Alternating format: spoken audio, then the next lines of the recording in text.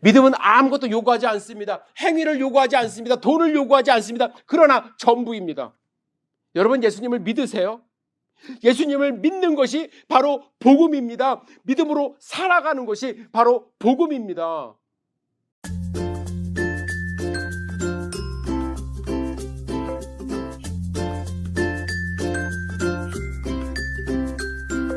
열린교회 성도 여러분, 안녕하세요.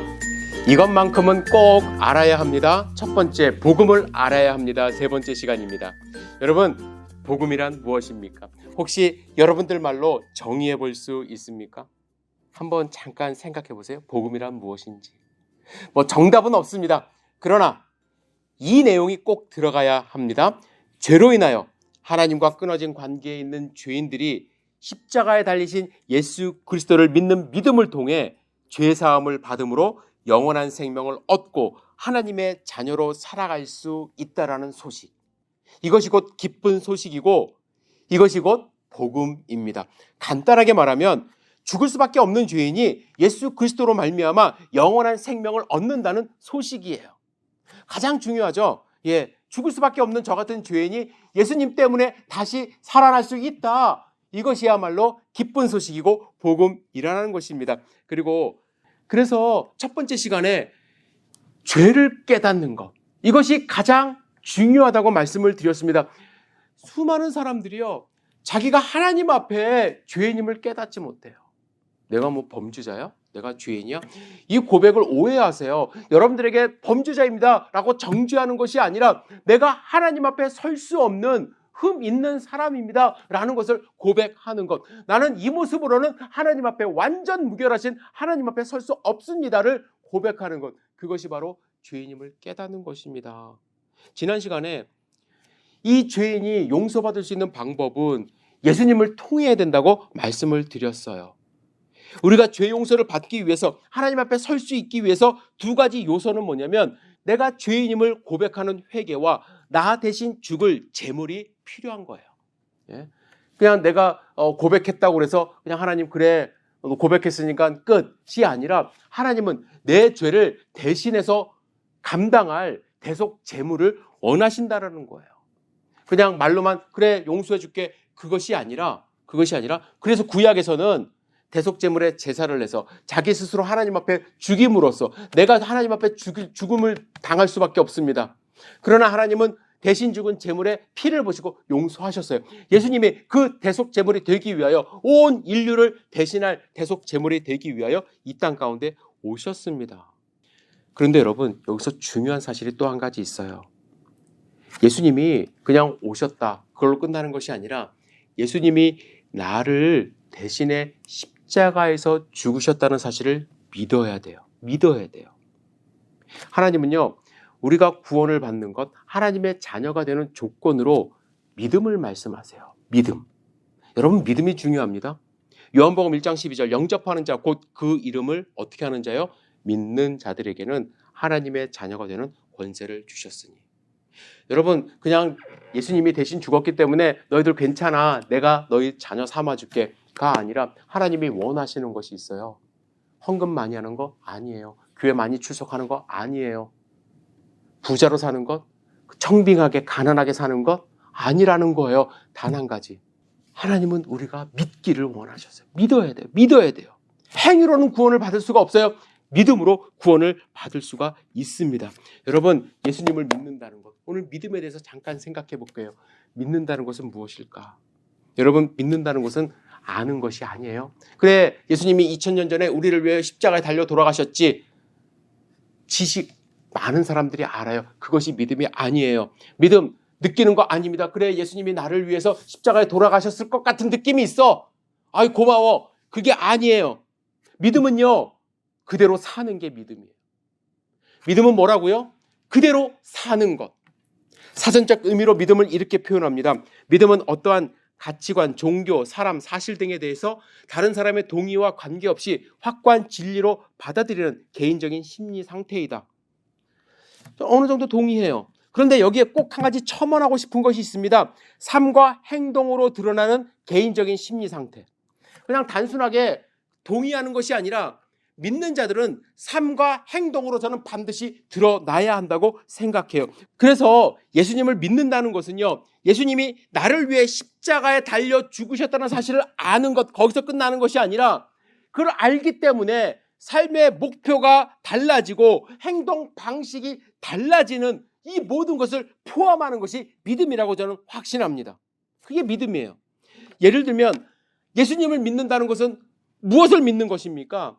하나님의 존재를 믿는 거예요. 그렇죠? 하나님이 보내주시니까 하나님의 존재를 믿는 거 아닙니까? 그러면 하나님은 어떤 분이세요? 무소부재하세요. 전지전능하세요. 이제 막 교회 오신 분들은 하나님이 그런 분인지 잘 모를 수 있어요. 그러나 믿음이 생기고 예수님을 경험하고 하나님을 알아갈 때 하나님이 지금도 나와 함께하고 계신다는 사실을 안다면, 하나님이 여러분 곁에, 내 곁에 지금 계신다는 것을 안다면, 그러면 우리의 삶이 바뀐다는 거죠. 함부로 행동할 수 없다라는 거죠. 남을 무시하며 살 수 없다라는 거죠. 죄를 지을 수 없다라는 거죠. 그래서 참 안타까운 게 우리 믿는다고 말하는 그리스도인들만 제대로 하나님이 내 옆에 계시고 나와 함께 하심을 정말로 믿고 살아간다면 범죄들이 없어진다고 저는 확실히 세상이 달라진다고 생각해요. 그런데 정말 그래서 믿음을 갖고 있는지 스스로 돌이켜 보셔야만 합니다. 여러분, 우리가 밥을 먹을 때, 공부를 할 때, 사물을 볼 때 의자에 앉지 않습니까? 의자에 앉을 때 아무 생각 없이 그냥 의자 이렇게 끌어서 이제 편하게 앉아요. 여러분들 왜 그런 행동이 나오는 줄 아십니까? 우리는 평소에 그것을 믿음이라고 생각은 잘 안 하지만 내 마음 한구석에는요, 이 밑바탕에는 내가 앉아도 의자가 부서지지 않을 것 같은 믿음이 있기 때문에 그러한 행동이 자연스럽게 나오는 거예요. 만약에 의자가 너무 부실해 보여요. 끄떡끄떡거려요. 믿음을 주지 못해요. 그러면 여러분들 제대로 앉아요? 의자 바꿔요. 그죠? 믿음은요, 나도 모르게 내 안에 내면화되어서 행동으로 드러나게 되어 있다는 것입니다. 물론 어떤 사람은 믿지 않으면서도요, 믿는 척하며 행동할 수 있어요. 믿는 척하며 교회 나올 수 있고요, 믿는 척하며 찬양 부를 수 있고요, 기도할 수 있어요. 겉으로 보면 다른 사람들이 판단할 수 없습니다. 하지만 중요한 것은 본인은 알아요. 내가 제대로 하나님을 믿고 있는지, 그리고 하나님도 알고 있어요. 제가 나를 지금 믿고 있는지. 조심하셔야 돼요. 열심히 신앙생활 한다고 교회 다녔는데 믿음이 없어서 하나님 나라에 가지 못한다면 그거보다 불쌍한 것이 어디 있겠습니까? 여러분, 확실하게 하나님을 믿을 수 있도록 기도하셔야 돼요. 이 믿음 가지셔야 돼요. 예수님을 믿는 사람은요, 달라져요. 여러 가지가 달라지지만 크게 두 가지가 달라진다고 저는 생각하는데, 창조신앙과 부활신앙을 갖게 됩니다. 여러분, 창조신앙은 무엇이에요? 하나님이 이 온 우주를 창조하셨을 뿐만 아니라 나를 창조하셨고 주변의 모든 사람을 하나님이 창조하셨다라는 거예요. 이 창조신앙이 있으면 다른 사람을 볼 때 달라져요. 나보다 키가 조금 작다고 그래서 무시하거나 돈이 좀 적다고 그래서 작게 가졌다고 무시하고 그런 마음이 없어진다라는 것이죠. 하나님의 피조물로 바라본다는 거예요. 그리고 내 자신을 바라볼 때도 아유, 이 못난 놈 이렇게 보는 것이 아니라 하나님의 걸작품으로 보기 시작한다는 거예요. 사람을 무시하지 않고 내 자신에 대한 존중감을 갖기 시작한다는 거예요. 그게 창조신앙이에요. 세상이 달라지겠죠. 여러분 삶이 달라지겠죠. 부활신앙은 무엇입니까? 내가 죽으면 하나님 앞에 다시 선다라는 그러한 믿음을 갖고 살아간다는 거예요. 그러면 어떤 마음으로 살아갈까요? 조금 달라지겠죠. 하나님이 나의 모습을 다 보고 계시는데. 그럼 좀 달라지겠죠. 내가 이 땅 가운데 살아갈 때에 죄를 쉽게 짓겠습니까? 부정행위를 쉽게 하겠습니까? 하나님을 믿는다고 하면서 가능하면 남을 도와주고 오른손이 하는 걸 왼손이 모르게 하려고 하고 하나님의 것 훔치지 않으려고 하고 하나님께 감사함으로 드릴 것 드리고 이웃을 섬길 것 섬기고 그렇게 살아야 하나님 앞에 우리가 하나님, 저 하나님이 주신 것으로 잘 살다 왔습니다. 그런 신앙을 갖고 살지 않을까요? 그렇게 살지 않으면서 믿는다고 하지 않았으면 좋겠어요. 여러분, 요즘 기독교 교회들이요, 믿음을 아주 싸구려로 만들어 버렸어요. 교회에 다녀주면 믿음이 있다고 막 선포를 많이 했습니다. 헌금을 많이 하면 믿음이 좋다고 직분자로 다 세웠어요. 삶은 변하지 않았는데, 하나님을 두려워하지 않는데.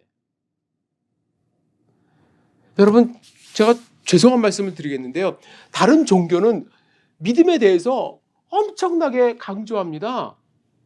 여러분, 몰몬교를 예를 들게요. 저는 그 이단 사입이라고 생각을 하는데, 거기에 정말 어떠한 직분을 갖고 일을 하기 위해서는 젊은 나이에 2년 동안 선교사로 가야 되거든요.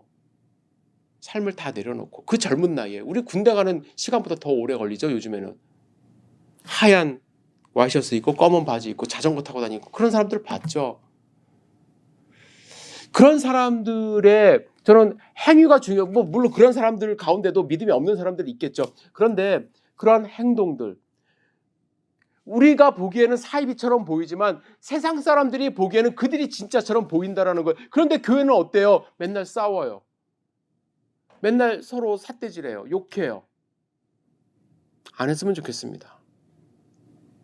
만약 우리가 하나님이 살아계신다는 확신을 갖고 부활하여 하나님 앞에 선다는 확신이 있다면, 분명한 것은요, 지금보다는 조금 달라질 것 같아요. 교회가. 여러분, 이것이 믿음의 핵심이에요.